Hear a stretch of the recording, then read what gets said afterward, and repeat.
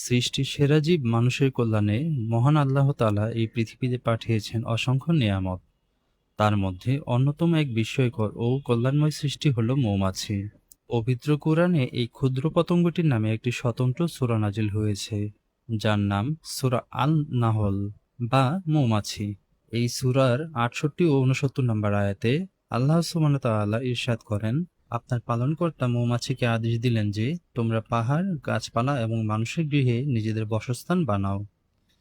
এরপর প্রত্যেক ফল থেকে আহার করো এবং তোমার রবের সহজ পথসমূহে চলো। আল্লাহ এই অলৌকিক নির্দেশনার কারণে অত্যন্ত নিখুঁত ও সুশৃঙ্খলভাবে মৌমাছিরা তাদের জীবন পরিচালনা করে এবং জ্যামিতিক নকশায় মৌচাক তৈরি করে, যা আধুনিক বিজ্ঞানকেও প্রতিনিয়ত চমকিত করেছে। কোরআনে মৌমাছির পেট থেকে নির্গত হওয়া মধুর ব্যাপারে বলা হয়েছে, তাতে মানুষের জন্য রয়েছে রোগ নিরাময়। এই আয়াতের বাস্তব প্রতিফলন আমরা দেখতে পাই রাসূল সাল্লাল্লাহু আলাইহি সাল্লামের অসংখ্য হাদিসে। সহিহ বুখারীর বর্ণনা অনুযায়ী রাসূলুল্লাহ সাল্লাল্লাহু আলাইহি সাল্লাম বলেছেন, তিনটি জিনিসে আরোগ্য রয়েছে: মধুপানে, সিংহা লাগানোতে এবং আগুন দিয়ে দাগ দেয়াতে। তবে আমি আমার উম্মতকে আগুন দিয়ে দাগ দিতে নিষেধ করছি।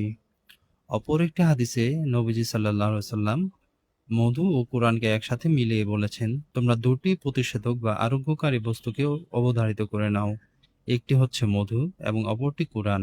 মৌমাছি কেবল আমাদের মধুই দেয় না, বরং আল্লাহর হুকুমে ফুল থেকে ফুলে উড়ে বেড়ানোর মাধ্যমে পরাগায়ন ঘটায়, যা ছাড়া পৃথিবীর বেশিরভাগ ফসল ফলমূলের উৎপাদন অসম্ভব। ইসলাম আমাদের প্রকৃতির ভারসাম্য রক্ষা করার জন্য তাগিদ দেয়। তাই আল্লাহর দেওয়া এই অনন্য নিয়ামত ও জীবন্ত নিদর্শনের কদর করা এবং এদের সুরক্ষায় সচেতন হওয়া আমাদের সকলের দায়িত্ব।